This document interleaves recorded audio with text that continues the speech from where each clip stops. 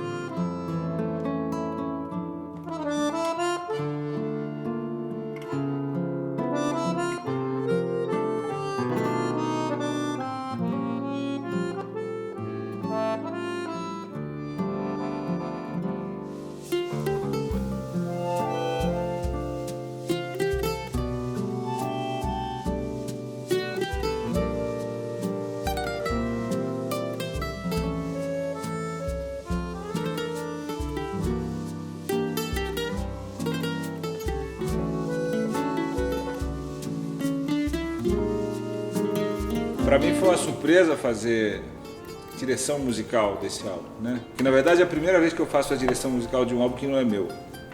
Eu faço isso há muito tempo nos meus projetos, né? Nos meus álbuns, nos álbuns do Trio Corrente, nos álbuns do Vento e Madeira, eu sempre tive uma participação ativa nesse sentido. Conheci o Fernando, o Fernando muito tempo atrás apareceu em casa para fazer uma aula de bateria, né?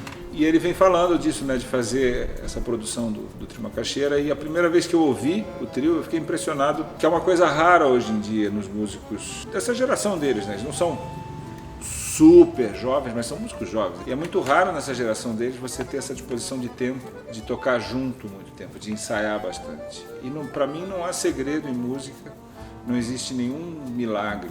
Se você não fizer isso, você não tem uma identidade musical. Isso é uma coisa que eles têm de sobra, né?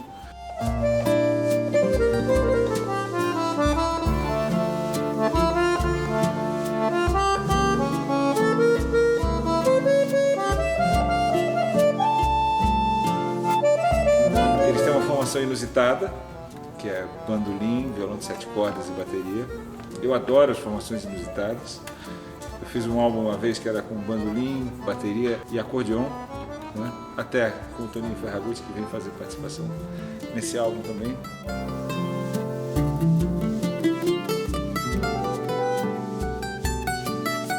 Mas acho que essas formações fazem todo mundo sair da zona de conforto, né? Então quem toca bandolim sai da zona de conforto porque não tem uma pessoa acompanhando o tempo inteiro, ela precisa entrar para fazer os acompanhamentos.